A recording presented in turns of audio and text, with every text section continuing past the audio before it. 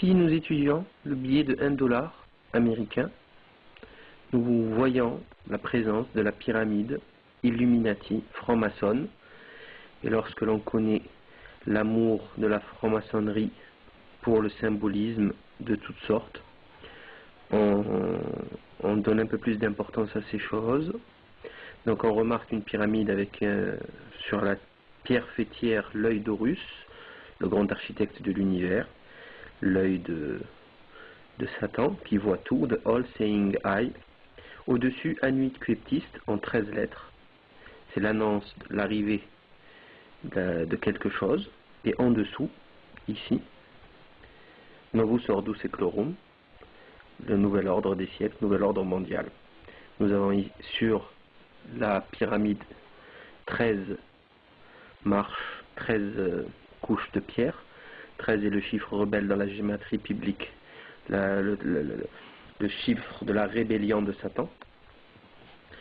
Nous avons sur l'autre partie du billet un aigle, et lorsqu'on s'intéresse de plus près à tout ce qui s'y passe, on y retrouve 13 flèches, toujours le même chiffre, 13 feuilles sur l'olivier, 33 plumes qui représentent les 33 degrés de la franc-maçonnerie écossaise, 13 ici dans le petit drapeau, 13 lignes noires et blanches, 13 étoiles qui représentent le sceau de Salomon, etc., etc., etc. Donc, lorsque l'on observe de plus près ce billet, on remarque qu'il représente quasiment un talisman de cabale, voilà, qui n'a strictement rien à faire sur un billet de banque étatique. Chose plus curieuse, lorsqu'on prend les billets de 5 à 100 dollars, qu'on effectue ce pliage, on voit ici donc une tour bien dessinée. Lorsqu'on prend le billet de 10 dollars, nous voyons un début de fumée net. Si on augmente donc chronologiquement, plutôt quantitativement parlant, le 20 dollars, on se retrouve avec encore un peu plus de fumée qui descend. Le 50 dollars, l'écroulement des tours sur les côtés, on le voit très bien. Enfin, le 100 dollars, plus de bâtiments, il n'y a plus qu'une fumée qui monte du sol. Donc, est-ce que tout ceci est dû au hasard? Pour finir, le passeport, notre passeport, cher passeport européen, franco-européen, on ne sait plus.